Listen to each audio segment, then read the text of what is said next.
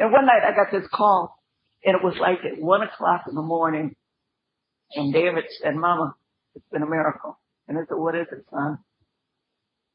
He said, I'm in a bar. And he said, I know you put me out. He said, but I'm in a bar. And I'm so drunk, I don't know what my name is. He said, a man came out of a stall, and a man said to me, son, you don't have to live like this. And this was a gay bar. Took David to a bar. Took David to a meeting. And my son got sober.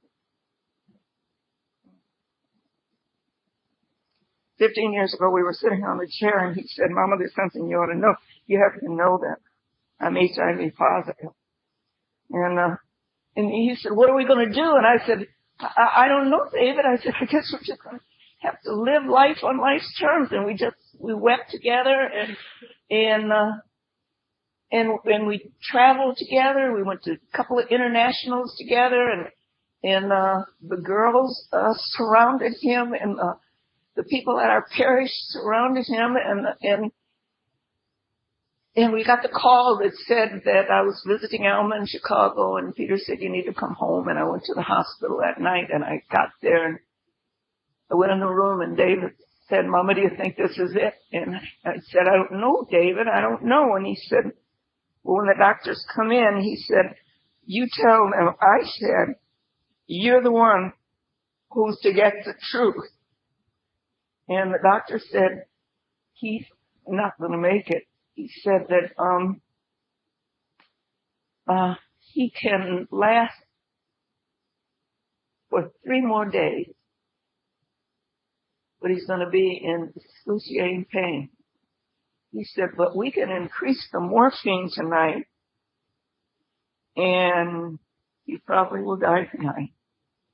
And I went and sat next to David's bed, and he and his dad and his sister, and we told him the truth.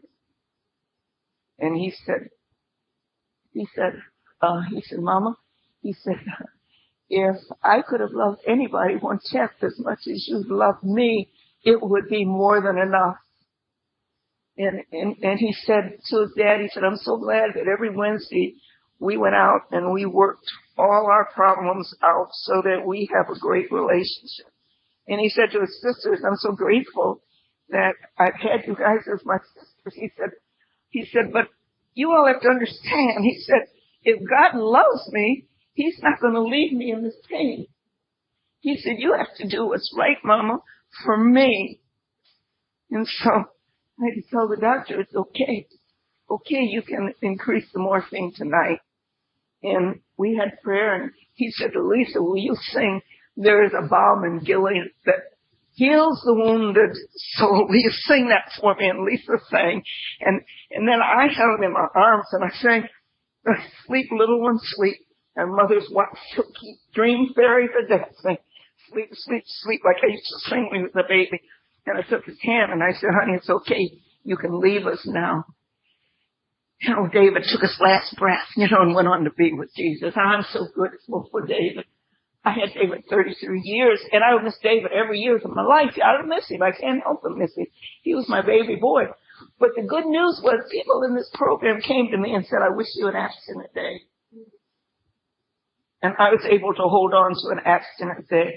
See, children are supposed to die before their parents. It's so out of order. But it happens every day. And I've noticed that, how God will take a situation that seems awful, and I'll be at a retreat somewhere, and I'll be telling a story, and some mother will come up to me and put her arms around me and say, if you got through it, I got through it, Or some boy will come up to me and say, I have AIDS.